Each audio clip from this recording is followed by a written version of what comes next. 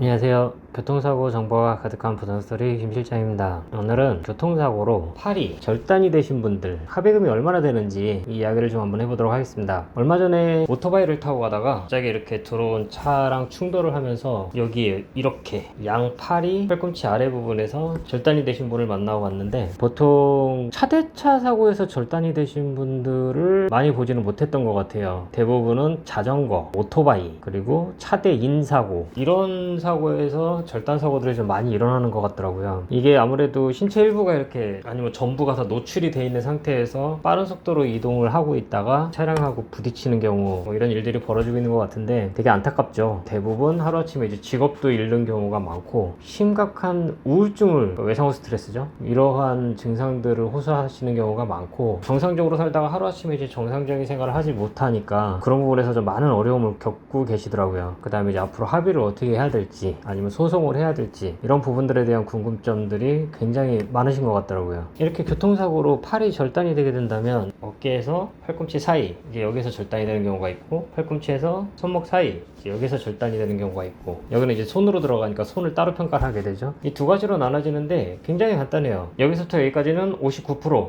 여기서부터 여기까지는 49%, 이렇게 노동력 상실률이 산정되고 있습니다. 제가 누누이 말씀을 드리는 것 중에 하나가 뭐냐면, 이렇게 크게 다친 사고들 있잖아요. 이런 사고들은 합의금 진짜 1분이면 계산해요. 근데 오히려 교통사고 염좌 진단 받으신 분들, 아니면 추간파 탈출증 진단 받으신 분들, 진짜 이런 분들이 합의금 계산하는 게 더 어려워요. 이렇게 절단이 되신 분들보다 경상의 피해를 당하신 분들 사건이 더 어렵다, 저희 입장에서는. 그래서 여기서 절단되신 분들 59%, 여기서 절단이 되신 분들 49%. 이거를 그럼 합의금으로 계산하면 도대체 얼마가 되는 거냐. 월소득 500만원이신 분, 올해 40세 기준으로 해서 합의금을 산정을 해보면, 여기서 이제 절단이 되신 분들 같은 경우는 위자료는 한 6천만원 정도 되겠죠. 59%니까. 그리고 후유 장애로 인한 상실 수익, 이 금액이 한 5억 8천만원 정도. 그리고 간병비 사용하셨으면은 간병비도 이제 보상을 받으실 수가 있고, 그리고 이제 이 피해자분이 기대수명, 그러니까 돌아가실 때까지 먹어야 되는 약이 있으면은 그러한 약제 비용, 그리고 울수라든가 이제 보조구, 이런 것들이 필요하다고 한다면 그 비용, 이러한 비용들이 이제 종합적으로 다 계산이 될 거고, 대략 계산을 해봤더니 예상 판결금이 한 6억 6천만 원에서 6억 8천만 원 정도, 이 정도 금액이 산정이 되지 않을까, 이렇게 예상을 하고 있습니다. 똑같은 분이 여기서 절단이 됐다고 한다면 장애율은 아까 49%라고 말씀드렸죠. 그러면 이제 49%니까 위자료가 6천에서 이제 5천으로 떨어지게 되겠죠. 그리고 장애 상실 수익이 한 4억 8천만 원 정도, 그리고 이제 뭐 약제비라든가 보조구 비용, 이런 비용들 다 종합적으로 산정을 해보면 한 5억 4천에서 5억 6천만 원 정도, 아까 여기에서 절단된 것보다 한 1억 정도가 금액이 떨어지게 되겠죠.